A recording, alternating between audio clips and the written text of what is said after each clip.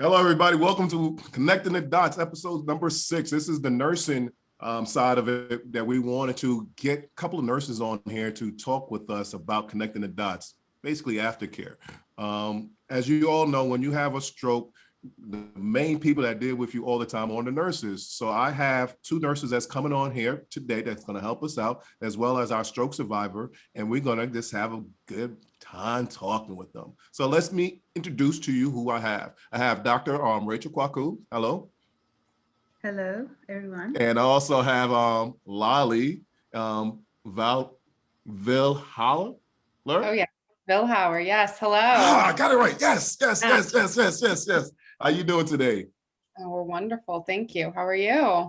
I am well. Thank you for coming on to us today. And we have our stroke survivor, our lady over here. She's trying to be modest. She's trying to be shy, trying to be coy. How you doing, Robin Oxford? How you doing? Hey, Greg, all is well. Thank you for having me today. You're welcome. And also I have my cheerleaders back here, stroke survivors back here as well. As you can see down there, our audience, how you guys doing down there today? Hopefully you guys have some questions for our nurses, also for Robin. If not, we could get kicking and rolling. But if not, nothing much going on with my life. I am trying to get started with life all over again. But I live by myself now, and it's very hard for me to do things on my own. So, this stuff here is very therapeutic for me. It is also something that I like to go out and get other people so they can get their therapy through this as well, too. But most importantly, right now, during this Stroke Awareness Month, I wanted to make sure that people understand where they can go for help. And I got all these different type of people that's actually going to help us out. They're taking their time out of their days to actually help us out. So Dr. Coicou is from California, as well as Nurse Vilhauer. She's from California as well, and they're taking their time out. I know it's 7 o'clock over here, and it's probably like 4 o'clock over there, so I really appreciate them. And Robin, let's get started with you. Let's find out what actually happened with you so we could get your story so they could get a better understanding of what's going on. Okay, so I'm going to try to condense this a little bit because, I could talk for 2 days about what happened to me. So January 30th, 2018, that was the day I had my stroke. So I got up that morning, and it's a Monday morning, I think, and I'm kind of groggy and I'm tired, which is not unusual. So, and it's Monday. So I didn't have a whole lot of time, as most women are. We don't pay attention a lot to ourselves. So I kind of took that tiredness, that grogginess for granted. I didn't think about it too much. I'm like, it's just Monday and I'm tired. So let's just keep going. So I actually get dressed, go to work, and I notice I haven't snapped out of it, because usually I kind of recover and and I'm good. But I noticed that I hadn't recovered. My body is literally like slowing down, and my mental capacity is slowing down. And so it's around 12 o'clock, and I've been to work for like 3 hours now. So it's like 12 o'clock, and I said, well, listen, I'm gonna go home. And I go home and I call my husband, and I'm telling him, I feel so groggy. I can't just snap out of this fog, that I'm in. And he goes, well, did you take your blood pressure? I'm like, no. He goes, well, you take your blood pressure. I'm gonna So hold on. You had high blood pressure before you had your stroke, so you was a candidate for actually having a stroke, pretty much. Yes. Okay. So he encouraged me to take my blood pressure. So I took my blood pressure, and it was high. I mean, like scary high, right? So when you say scary high, I want the audience to understand this so they can prepare themselves if they get this type of situation. It was, if I recall, it was like 198 over 100 something. Okay. Right? So I tell my husband, and he goes, I'm on my way home. So he comes home, and he takes me to the doctor, to my doctor. I didn't go to emergency because I'm still not, like, to look at me, you couldn't say, oh, you're having a stroke. I didn't have that. I didn't have the face and the speech and any of that. right? Well, Robin, let me just stop you right there.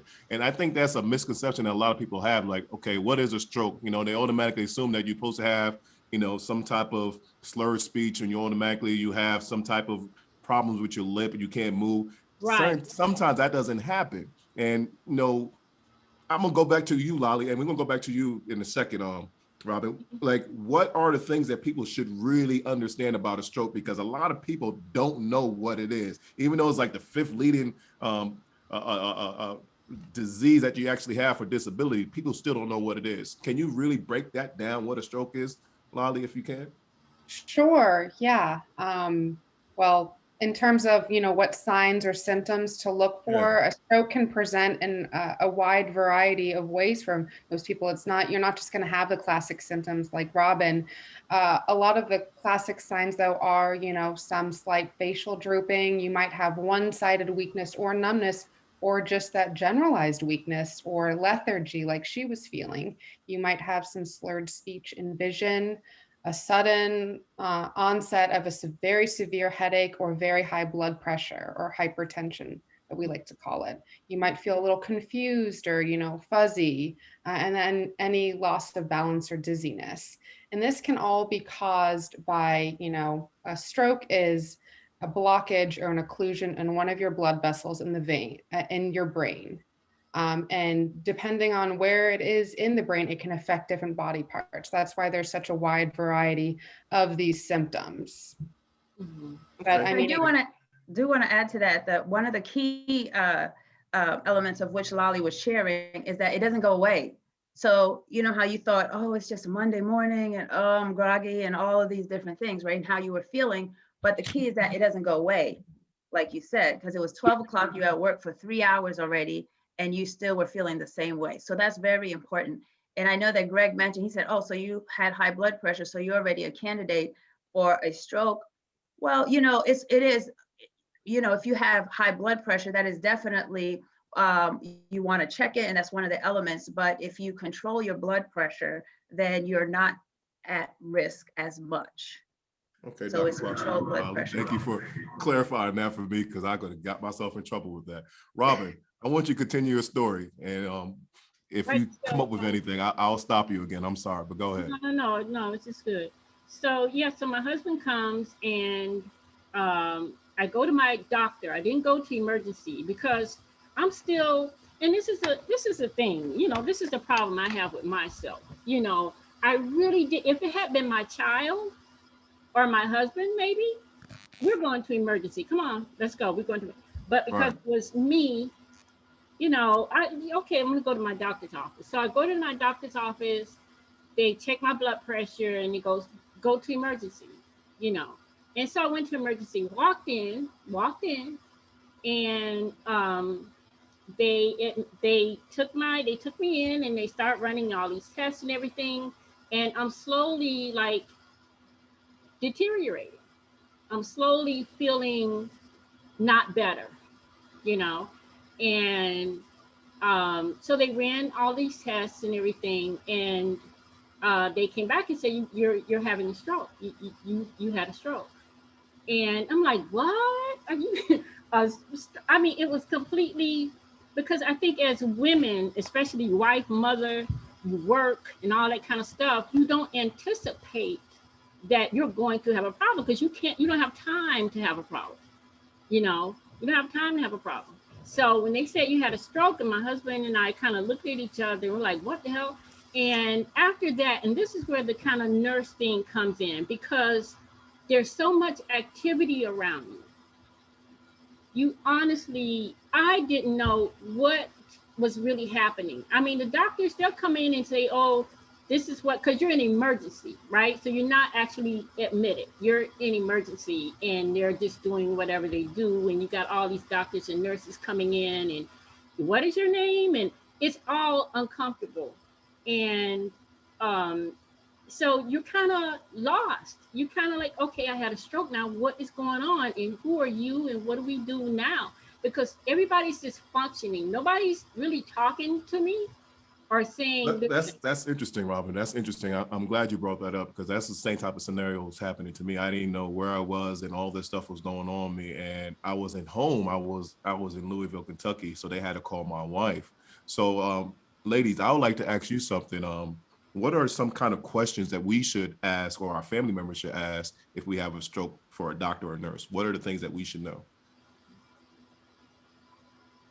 So we have, Lolly will explain some of the questions that you should know, but I do want to explain something, Robin. So you were saying that people are going, nobody's talking to you, everybody's just rushing, and and Greg was saying how he had that same experience. There's a reason for that.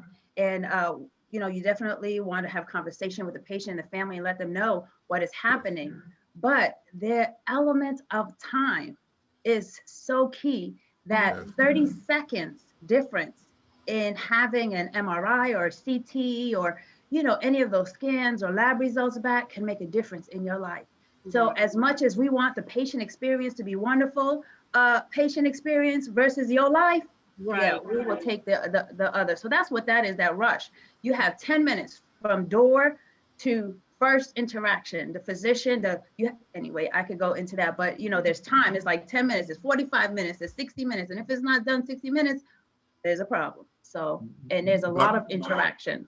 Dr. Coicou, you're exactly right. Because when I got to the ER, I saw probably about 50 medical people in front of me, and I had my best sweater on. They just cut it right off of me. I was like, "Oh man, give me a second, just take it off." Like, no. I was like, "Wow, man, they're totally disrespectful." But I get what they was trying to do. They're trying to save my life, and I really appreciate that. And I don't think Robin is actually, or myself, getting really upset about that part. It's just that we was at this particular point that we're completely confused. We don't know what is going on. It's like a complete whirlwind. And we're grateful for everything that you guys are doing for us.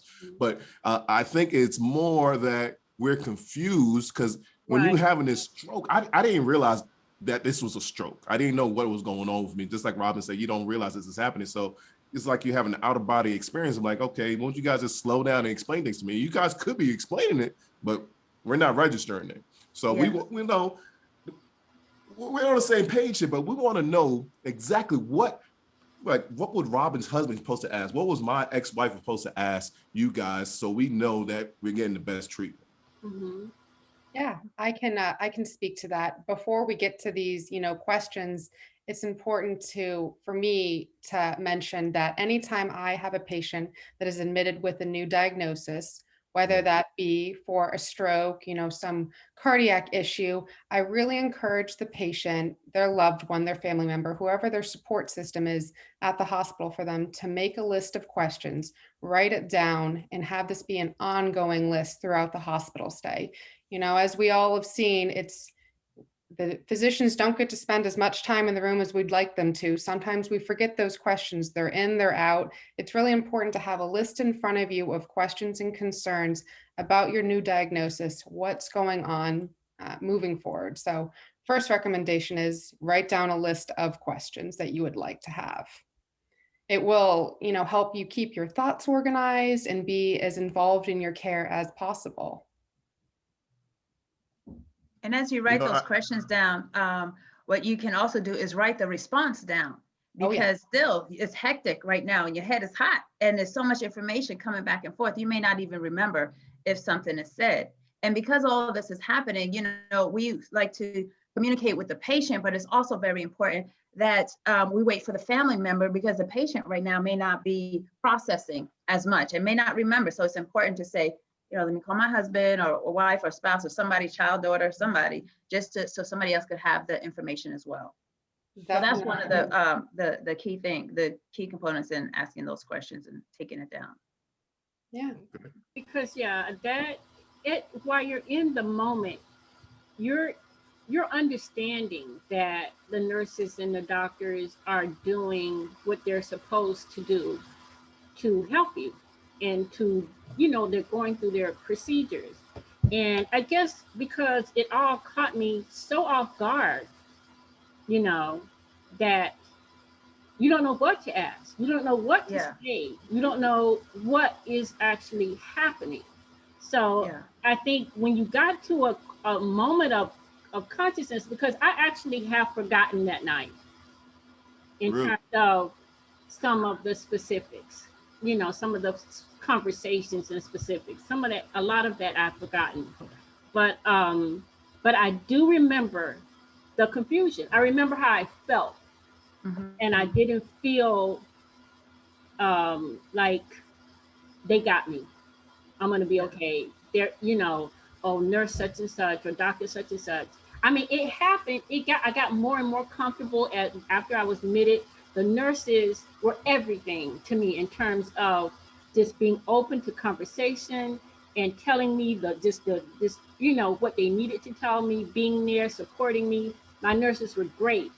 That's what I'm talking about, Robin. That's what I'm talking about right there. Like that connection that most caregivers don't understand about that, but we get that in the hospital. You know, you have these nurses giving us, taking our vitals, giving our medication, but also our companion. They actually talking with us. And I'm trying to figure out, and I know this might be, I don't know, outside the realm of things that you guys could talk about, but how is that different now when you're dealing with COVID and dealing with people that have strokes and coming into the hospital? Is that a different way that you guys communicate with them now, or is it the same type of thing? Like, can you talk about that or no? Oh, sure, absolutely. It's all strategy because, you know, COVID, no COVID, the patient family is just like the patient. You know, you have to engage the family member, especially in this situation, because they are part of the disease process and what's happening and part of recovery. And so one of the things we talk about is resources for the support. So support for the support, right?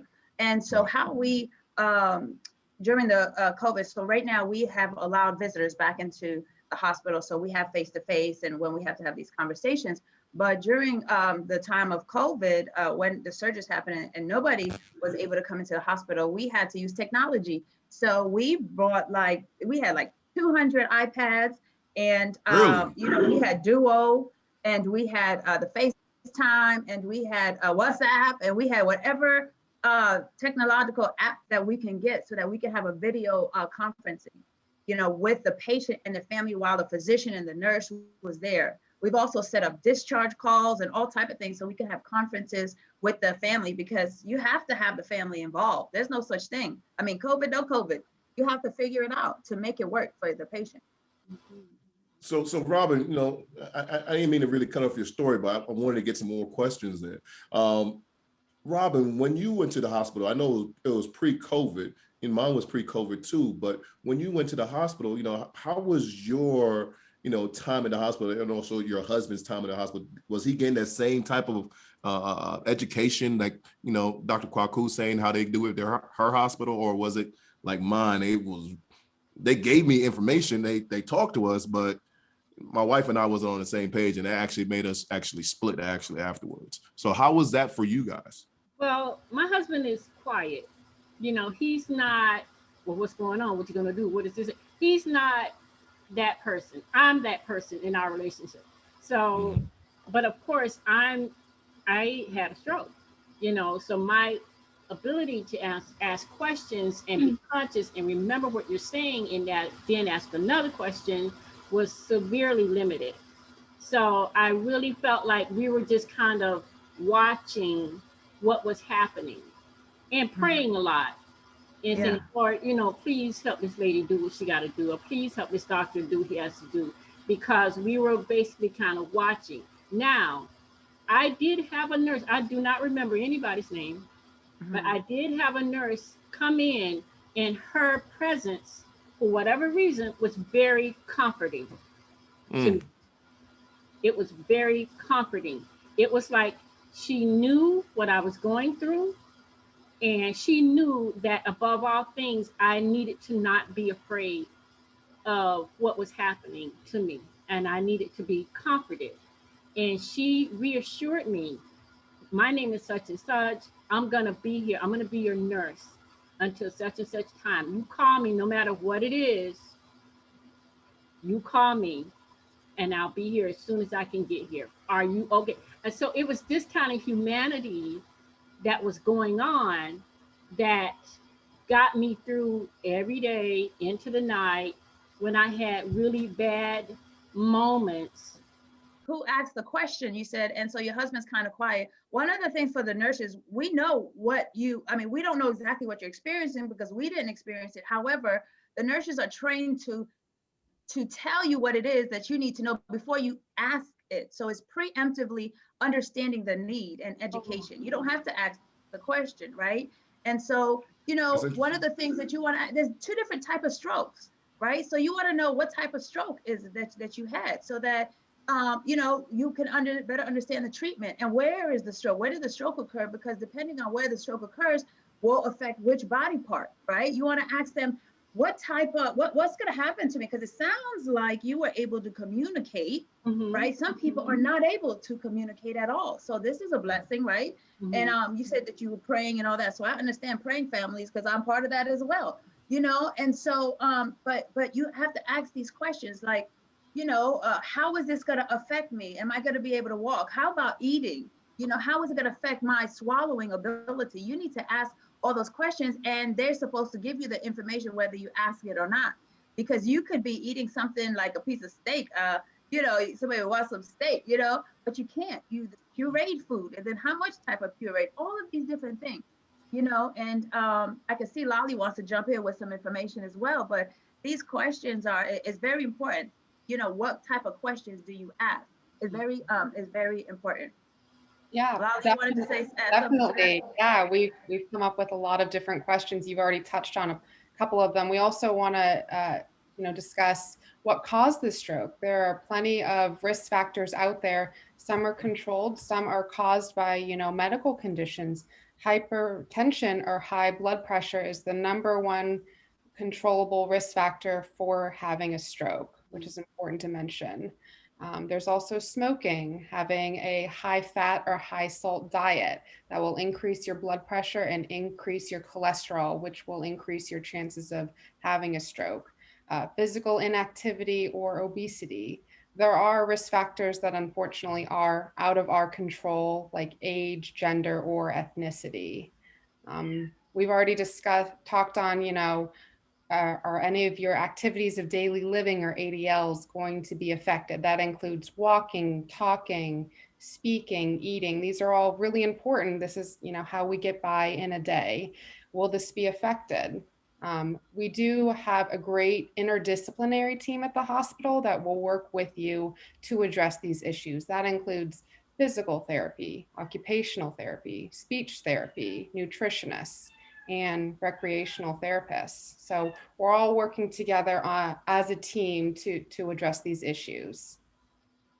Lolly, I'm glad you brought that up, that team thing, because like I only had a speech therapist, occupational therapist, and physical therapist. I never had a recreational therapist. I thought recreational therapist was the same thing as occupational therapist, and I thought they did the same exact job. You know, I guess different places, different states, different hospital systems have different ways of actually treating that, and I think that's the major problem that most of us are actually having out here is, you know, what is the and you might not have noticed because this is probably just for your hospital, you have a basic system, but is there a general rule of saying, okay, this is what you need to have for your team when you leave a hospital countrywide? Well, nationwide, yeah, sorry, go ahead.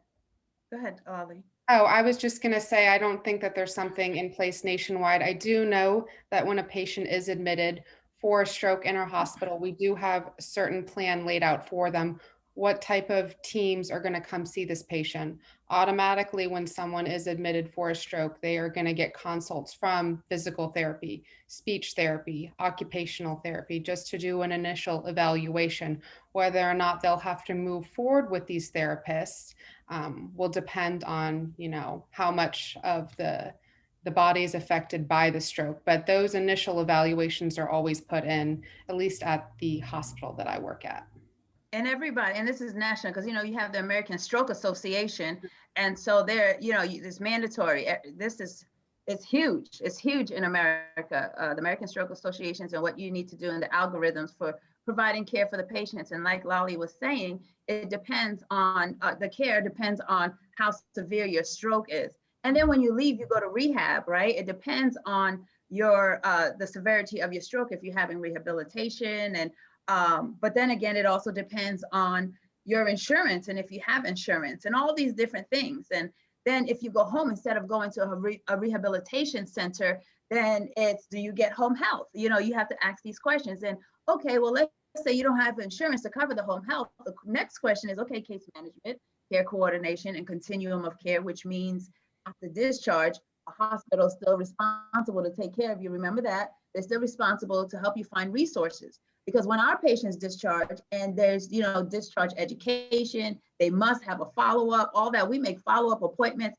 because long time ago, discharge, you as a patient ended when you were discharged from the hospital. You walk out the building, bye-bye, you know, but there's no such thing anymore. It's continuum of care.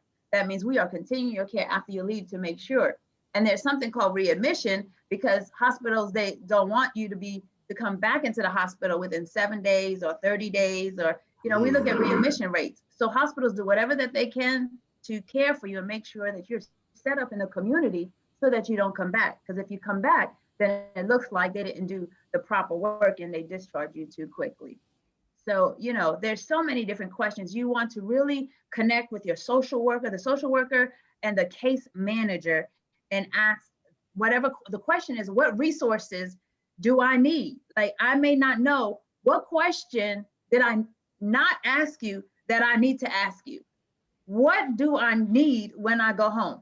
You know, and let's just say you don't have the insurance, you can't pay for it and all of this, and they just say you have to go home, ask for home health. They have charity care. Charity care. That means that the hospital will do a certain amount of care for you to make sure you're situated out of the immediate emergency, and you're situated, and they will pay for that. So charity care. They're not going to tell it and they're not going to give it, but they have that because they want you to be better. So Robin, did you have some type of team like that? Because I've been watching you a long time on Instagram, and I've seen your progress of like you've been walking and things like that. So when you got back home, you know, did you have a certain type of team set up for you like that to make sure that you're getting better and things of that nature? Okay, I'm gonna tell it like it is. Please. It was very hard for me. My aftercare was very challenging, and it was very stressful because the first therapist I went to wasn't right for me, and that was a decision that a conclusion I came to, that I just felt like after watching and going there a few times, and I knew that this wasn't the right place for me. And so having to make those changes, so there were delays before I could get to another therapist. And so that process was really challenging for me, but it really tested my patience, which was fine, because really at that point, I really didn't know what I was up against.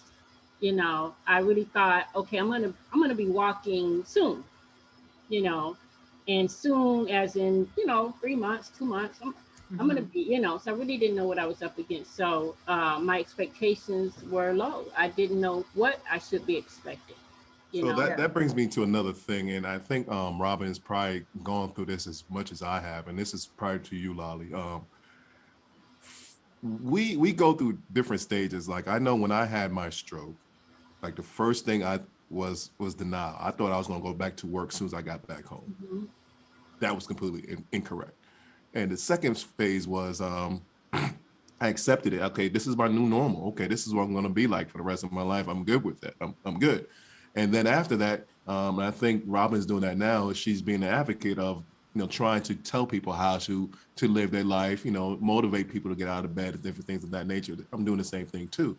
But I'm asking you this, Lolly, because I think around the time that we leave the hospital, we're at that phase too. We're starting to accept where we are. And like Robin said, we might not agree with this particular person, or we might be really antsy with this particular person. So we don't want that particular person taking care of us. So the question I have for you is, what are the things that we should avoid to ensure a productive recovery? Because I know that our mental state is completely bonkers at this particular time. What can we actually do to make that better for us? Do you have any suggestions?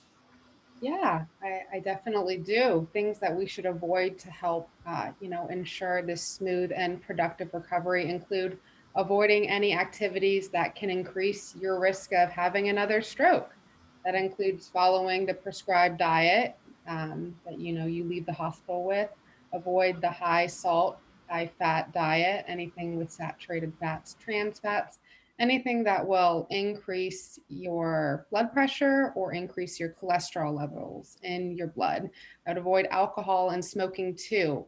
Alcohol and smoking, they work by, vasoconstriction, or kind of constricting your blood vessels, which will just increase your blood pressure. That's always why it's suggested avoid alcohol and smoking, because that will greatly increase your risk for developing a stroke.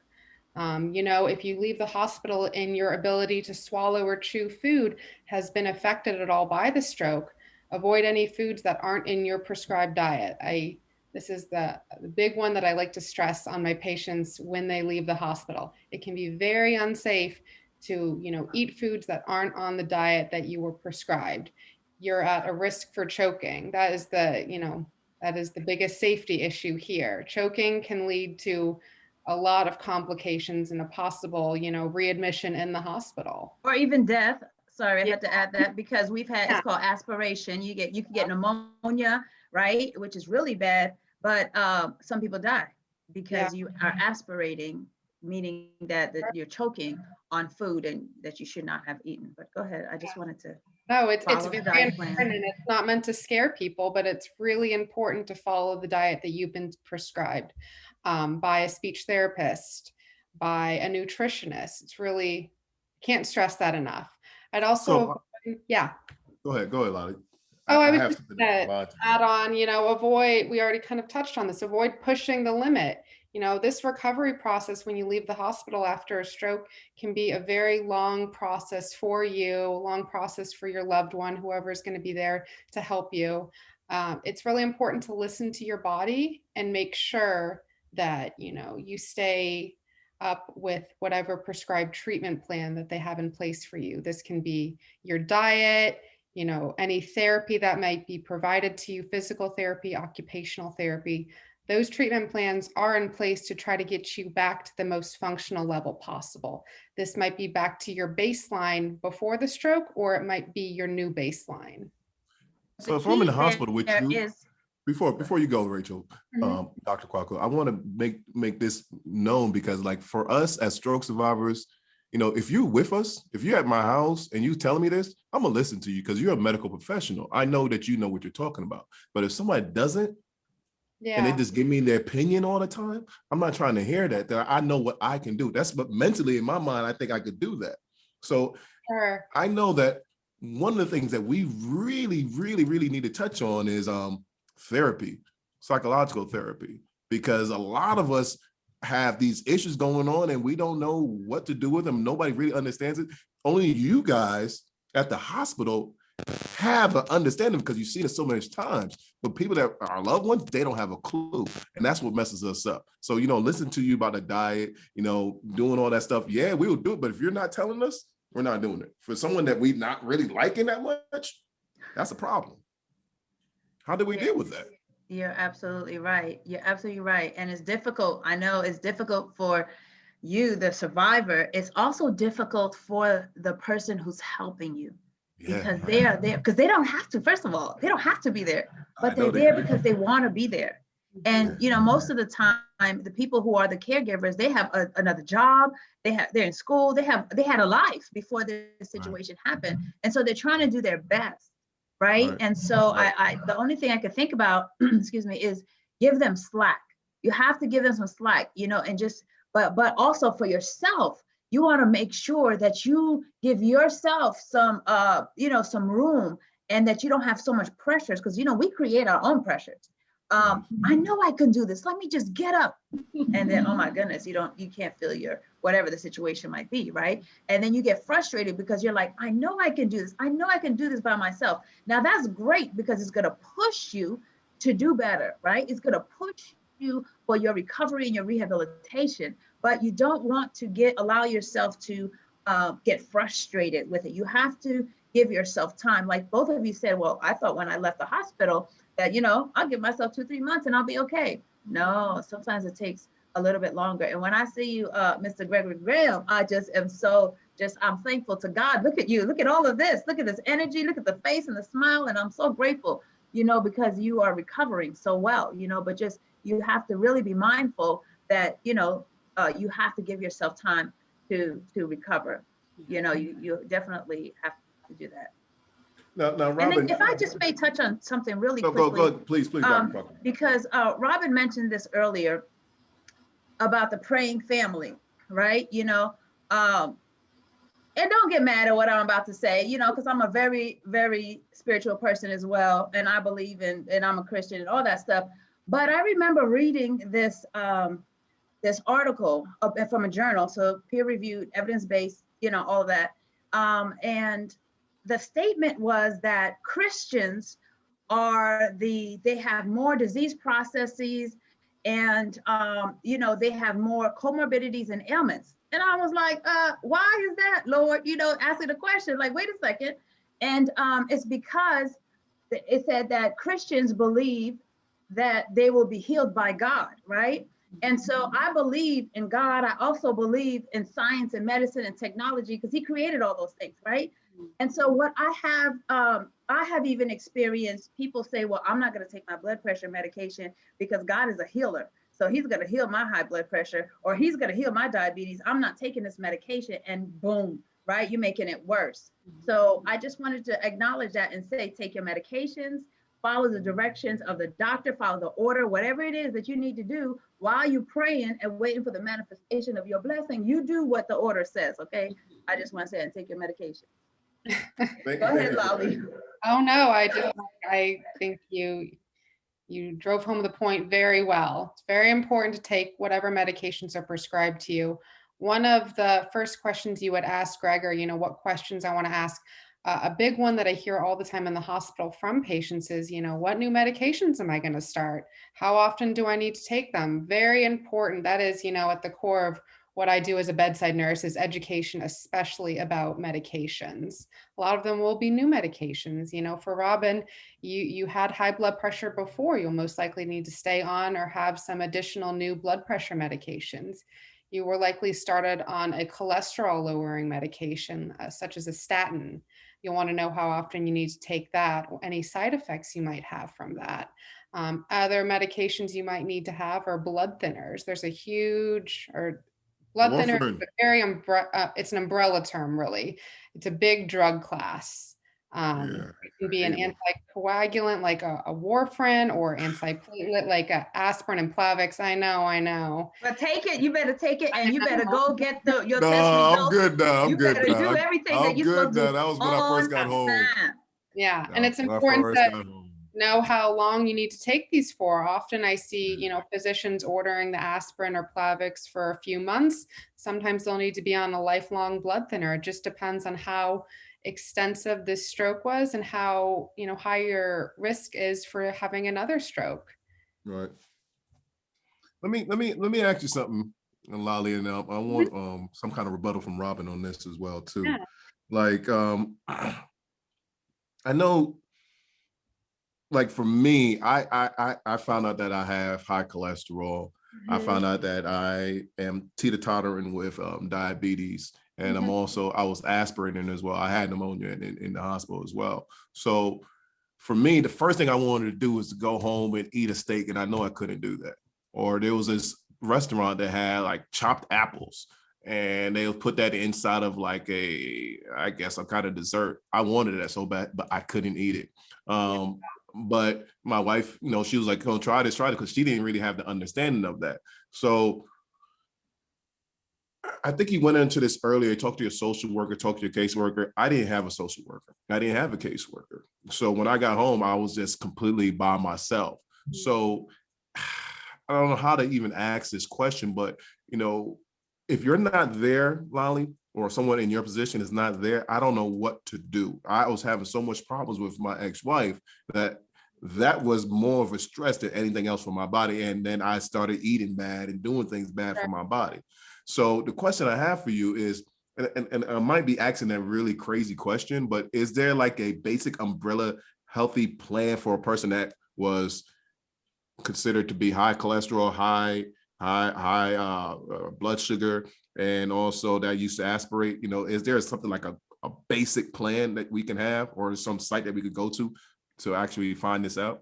Yeah, this is a great question, Greg. You know, we provide extensive information and education and discharge instructions, especially following what we call a heart healthy diet. That's huge. I take care mainly of cardiac patients, so they all need to follow pretty much the same prescribed low fat, low cholesterol, low salt foods. Actually, if you look online, the USDA's website has a group or a subpage for My Plate, which kind of goes over different portion sizes of the different food groups that you need to be eating within a day. I don't know off the top of my head the percentages or the ratios of those portions, but you need to include a higher amount of, you know, your fruits and vegetables than, let's say, any fats or other proteins. I do know that you do want to minimize the amount of red meat that you will eat leaving the hospital, just because that will be higher in cholesterol. But the USDA's website has a great is a great resource for this, what's called My Plate. So if Robert, I go understand ahead. your question, Greg, as well, to what Lolly's saying, I want to add that if somebody doesn't have any resources, right? Like you said, no social worker, there's no case manager, there's, you know, but when you're discharging, you can ask for one and see how they can connect you to the community Really? for anything. Yes, you ask them, how can you connect me to the community? Because when I leave here, there's going to be a problem because I don't have all this at home and my insurances or whatever aren't right. So you have to ask them that question and they will connect you to the community, meaning different clinics and organizations. Now, let's just say whether it's stroke, whether it's heart attack, whether it's diabetes, whether it's cancers or whether anything like that. Each one of those, diagnoses, they have an association. American Cancer Society, American Diabetic Association, American Heart Association, American Stroke Association. You can call them and say, hey, I'm a new whatever. I don't know what to do. And the hospital discharged me. I'm home. I don't have resources. Please help me. And they will connect you to the community. So that's very important and key to know. Thank you for that, because I've been lost for a long time. And everybody, I know Dr. Coicou for many years, so she's been helping me up on the side, but I can imagine there's a lot of people out there that don't have a Dr. Coicou on their side. They don't know where to go. So thank you for that so much. Robin, did you have that type of experience when you got home? Yeah, I'm so glad you said that, Dr. Rachel, because not asking is usually a big part of the problem. Robin, you sound distorted. Can you get closer to your camera? I'm sorry, can you hear me better now? Yes, ma'am. Okay. Yeah, so the not asking, that was so important. I appreciate you saying that, Dr. Rachel, because even now, when you don't know enough when you don't think to ask about what you need, that's a big deal. But yeah, my diet when I got home, my challenge was that I knew that my issue was high blood pressure.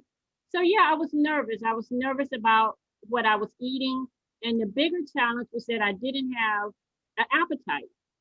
So I was losing weight. And because I wasn't eating enough, I didn't have the energy that I needed to be able to get up every day and do what I needed to do. Yes. So I really had to begin to think about and look up, because I had a phone and I could, Google, what can I eat? What can I drink? Because I didn't have I didn't want to sit down with a plate of food. I remember my sister came and she had a big plate of food. I'm like, girl, I cannot eat all of that.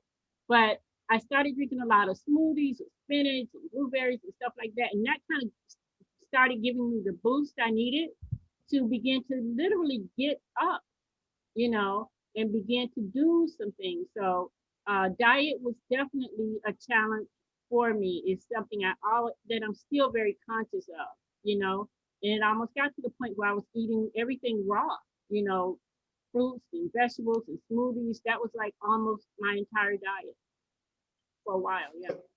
So this is some interesting stuff, because a lot of stuff that I didn't really realize, and like you've been saying, Robin, you had a raw diet, soup diet. I was doing that too. I was basically doing this on my own, but I knew that those different societies out there, Dr. Coicou, but I never really followed up and went to them. So I really appreciate you giving us information. And also, Lolly, I really appreciate those questions that you said that we should ask, because these are things that a lot of us come out of the hospital are completely clueless. Our family's completely clueless, and we don't really know where to go to, because once we leave the hospital, we're like, okay, they're done with us. They got to deal with somebody else. So for you guys to come out here and give us your time and give us this information, that's really, really appreciated. So we had our time. I want to let you ladies just give a closing remark. You know, if you want to give a shout out to any type of organization, or you want to promote any organization, feel free. Just give me your closing remarks and we'll close out of this show. I'm gonna allow our stroke survivor to go first. Can you give us a little information about yourself or anything that you are supporting?